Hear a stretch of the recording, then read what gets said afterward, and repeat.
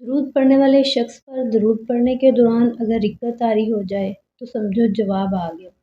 غم میں اللہ کی یاد آئے اور درود پاک ورد زبان ہو تو سمجھو کہ غم سرفراز ہو گیا۔ اللہ سے اللہ کی رضا کے علاوہ کچھ نہ مانگو، اس کے محبوب کی محبت مانگو، پھر سکون ہی سکون ہے۔ آپ درود شریف سے پانی دم کر کے اپنے گھر کے چاروں کونوں میں چھڑک دیا کرو، اس طرح گھر میں راحت اور سکون پیدا ہو جائے گا۔ جس کا اللہ کریم سے رابطہ نہ ہو وہ روح تکلیف میں ہوتی ہے، چاہے جسم کتنی ہی راحت میں ہو۔ جس کا اللہ کے ساتھ رابطہ ہو جائے وہ روح راحت میں ہوتی ہے، چاہے جسم راحت میں ہو یا نہ ہو۔ اللہ کے ساتھ رابطے کا بہترین راستہ درود پاک ہے۔ جس شخص نے کائنات میں حضور کا ذکر دیکھا اور حضور کا ذکر کیا وہ راز کو پا گیا۔ اللہ کا حکم ہے جس نے درود پڑھا، جس دل میں حضور صلی اللہ علیہ وآلہ وسلم کی یاد آئی، اس دل کے اندر آگ کا سوال ہی پیدا نہیں ہوتا۔ آپ لوگ غور کریں، اللہ تعالیٰ اتنی دنیا پیدا فرمائی ہے، صرف ایک ذات پر درود پڑھنے کا حکم دیا ہے۔ اس سے پتہ چلتا ہے کہ اللہ کی رحمت قرب رسول پر ہے۔ اس کے قرب سے محروم انسان کو اس کے اعمال کی عبرت کے حوالے کر دیا جاتا ہے۔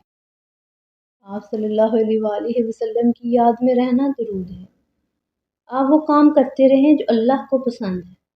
وہ کام یہ ہے کہ آپ حضور صلی اللہ علیہ وآلہ وسلم پر بہت زیادہ درود پڑھنے کی عادت اپنائیں۔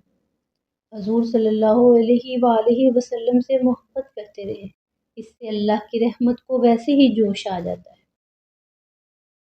ڈر اس کو ہوتا ہے جو اپنے لیے جیتا ہو، جو کسی مقصد کے لیے زندہ ہو، اسے کوئی ڈر نہیں۔ جس نے یہاں نبی کریم صلی اللہ علیہ وآلہ وسلم کی اتنی تعریف کی وہ بخشا جائے گا، اور جس نے یہاں نبی کریم صلی اللہ علیہ وآلہ وسلم کی تعریف نہ کی وہ نہیں بخشا جائے گا۔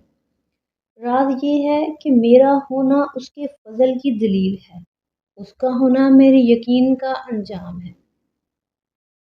اللہ سے آسرا مانگو، اس کے محبوب کی محبت مانگو، گناہ خود بخود ہی آپ کو چھوڑ دیں گے۔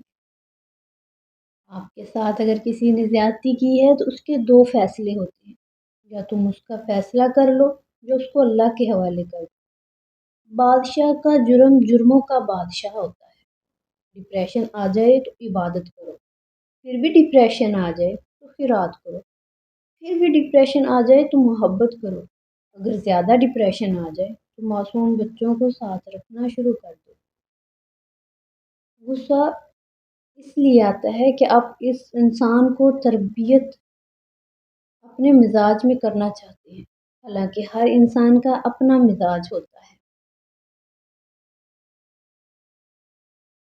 درود شریف ورد زبان ہو گیا تو سمجھو رحمت العالمین کی رحمت کا سایہ نصیب ہو گیا۔